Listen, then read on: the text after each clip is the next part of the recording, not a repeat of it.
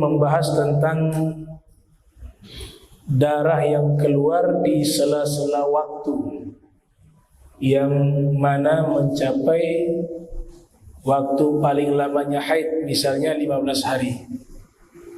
Dari hari pertama sampai hari ke-15 ada kalanya keluar darah, ada kalanya berhenti. Ada kalanya keluar darah, ada kalanya berhenti. Nah, itu pembahasan yang akan dibahas di pertemuan kali ini. Bagaimana hukumnya? Pendapat pertama, dan ini pendapat yang mu'tamad, pendapat yang menjadi rujukan mayoritas ulama di kalangan ulama Syafi'iyah, yaitu dijadikan an yuj'ala an-naqa'u. An-naqa'u di sini bukan artinya suci, tapi artinya darah berhenti, yaitu dijadikan darah berhenti al-mutakhallilu, di sela-sela baina dima, di antara darah yang keluar, fi muddati 15 yauman, pada masa 15 hari. Kita kembali ingat bahwa paling sedikitnya darah haid itu 24 jam, umumnya 7 hari, dan maksimalnya 15 hari. Jadi darahnya keluar di periode waktu 15 hari. Kadang keluar, kadang berhenti. Kadang keluar, kadang berhenti. Nah, ini namanya qaulu sahbi. Dia keluar itu darah, tapi kadang berhenti sampai 15 hari. Maka dihukumi haidon.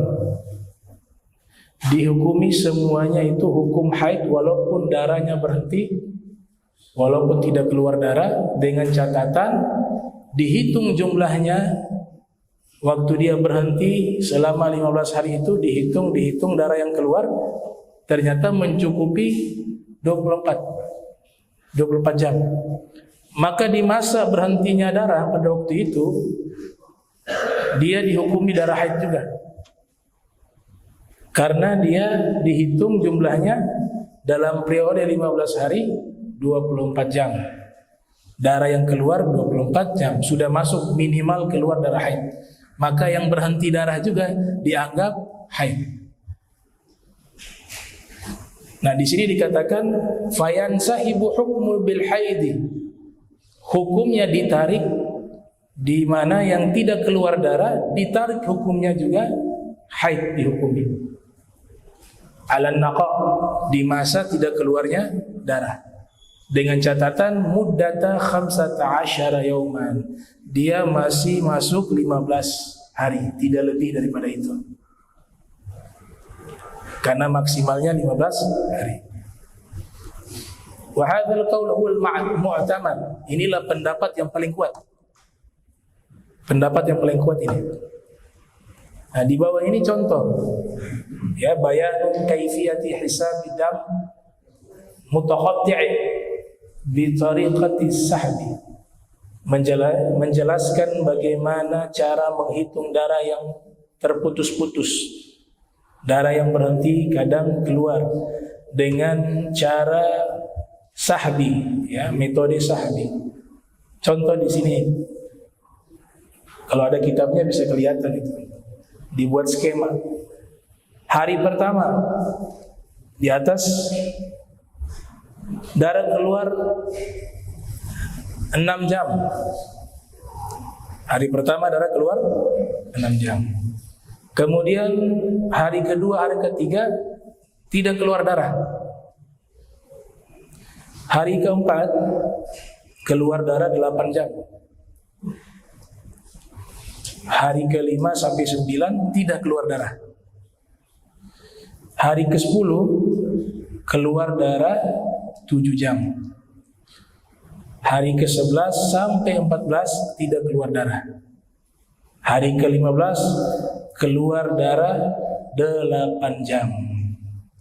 Maka kalau dijumlah di sini, ya, ada sa'atil lati fa nahsabu sa'ati dam khilal yaum fa in balagat, ya.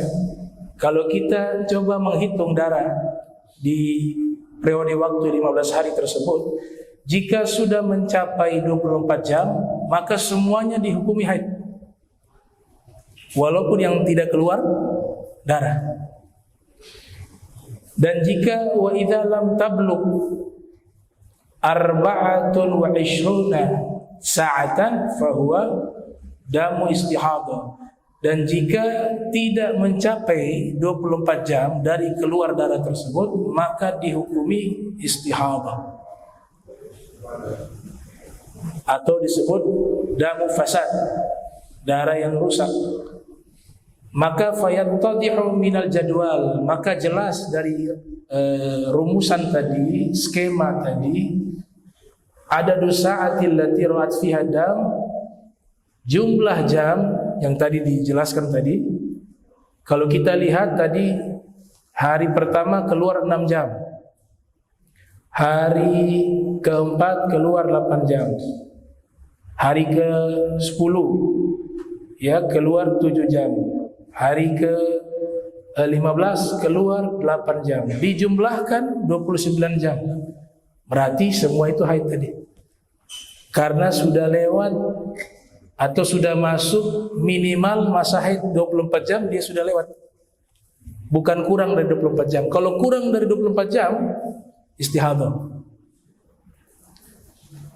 Lebih dari 24 jam, darah haid. Asal tidak lewat dari 15 hari. Kalau 15 hari nanti hitungannya berbeda lagi. Nah, cuma pembahasan ini difokuskan di masa berhentinya darah sekalipun tetap dihukumi haid. Dihukumi haid. Fahadha dam haidun wa kadzalika fatratun naqah, maka darah tersebut darah haid, demikian juga masa berhentinya darah juga dihukumi haid dengan contoh tersebut. Kalau dihukumi haid berarti dia fa idza shallat fala tasihhu salatuha fiha wa la yajibu qada'uha. Yang dia salat itu tidak sah walaupun dalam keadaan berhentinya darah. Tapi salatnya tidak berdosa karena belum tahu pasti ini apakah haid apa istihadah. Ya, salatnya tidak sah dan tidak wajib mengqadanya. Tidak wajib mengqadanya. Ya, karena memang jelas tidak sholat sebenarnya. Tidak sholat kecuali istihadah. Kalau istihadah wajib mengqadanya jika dia tidak sholat. Kalau dia sholat, ya sudah sah. Istihadahnya sah. Dengan catatan menggunakan cara orang yang istihadah. Tentu berbeda dengan orang yang normal. Harus ditambal tempat kemaluannya, kemudian wudu harus pada waktunya dan seterusnya. Nah, itu baru sah sholatnya.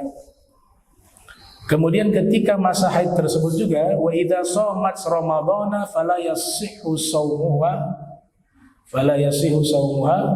wa yajibu 'alaiha qada'uhu. Dan apabila dia puasa di masa haid tersebut di bulan suci Ramadan, maka puasanya tidak sah dan dia wajib mengqadanya. Puasanya wajib diqadha, tapi sholatnya tidak wajib diqadha. Itu pendapat pertama, dan pendapat inilah yang paling kuat. Pendapat kedua, qaulul laqti wa hiya an tulqata awqatud dam wa takuna haidan wa takuna awqatun naqahi tuhra. Yaitu namanya pendapat laqti. Laqti itu mengambil, memungut. Yang dimaksud dengan pendapat laqti antul qata awqatud dam, yaitu hanya dihitung atau diambil waktu-waktu keluar darah saja. Ini pendapat kedua. Jadi kalau darah yang tidak keluar tidak haid. Yang keluar darah saja dihukumi haid. Ini pendapat kedua. Wa takunu haidan wa takunu awqatun naqa'i tuhran. Maka dijadikan haid itu ketika darah keluar, dan dijadikan waktu-waktu tidak keluar darah tuhra, suci. Waktu tidak keluar darah suci. Ini pendapat yang mu'tamad di dalam mazhab Maliki. Ya, mazhab Maliki punya pendapat mu'tamad, pendapat ini yang kedua. Tapi kalau mazhab Syafi'i yang mu'tamad tadi yang pertama. Walaupun ada sebagian kecil ulama juga yang berpendapat sama dengan mazhab Maliki.